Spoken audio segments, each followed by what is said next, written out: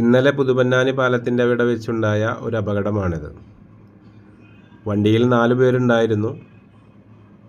അത്ഭുതകരമായിട്ട് അവർ രക്ഷപ്പെട്ടു എന്ന് വേണം പറയാൻ. അത്രത്തോളം വണ്ടിക്ക് ഡാമേജ് ഉണ്ടായിട്ടുണ്ട്.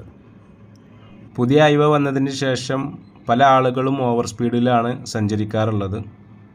അവരോടാണ് പറയാനുള്ളത്, നിങ്ങൾ പുതുപന്നാനിയൊക്കെ എത്തുമ്പോൾ പ്രത്യേകിച്ച് ഒന്ന് ശ്രദ്ധിക്കുന്നത് നല്ലതായിരിക്കും. കാരണം അവിടെ ആ പഴയ പാലം നിലനിർത്തിയിട്ടാണ് പണി കഴിപ്പിച്ചിട്ടുള്ളത്. അതുവരെ 3 വരിപ്പാതയിലൂടെ സഞ്ചരിച്ച് പെട്ടെന്ന് 2 വരിപ്പാതയിലേക്ക് മാറുമ്പോൾ ആർക്കായാലും ഒരു കൺഫ്യൂഷൻ ഉണ്ടാകും. അവിടെ അപകടങ്ങൾ ഉണ്ടാകാൻ സാധ്യത കൂടുതലുമാണ്. ആയതുകൊണ്ട് നിങ്ങൾ ഇതുപോലെയുള്ള സ്ഥലങ്ങളെത്തുമ്പോൾ ശ്രദ്ധിക്കുക. അവയുടെ എല്ലാ ഭാഗത്തും സൈൻ ബോർഡുകളൊക്കെ സ്ഥാപിച്ചിട്ടുണ്ട്. അതൊക്കെ ശ്രദ്ധിച്ചിട്ട് വേണം നിങ്ങൾ വണ്ടി ഓടിക്കാൻ. ഇത് I-20 ആയതുകൊണ്ടാകാം ഇതിൽ സഞ്ചരിച്ച ആളുകൾക്ക് കാര്യമായ രീതിയിലുള്ള പരിക്കുകളൊന്നും സംഭവിക്കാതെ രക്ഷപ്പെട്ടത്.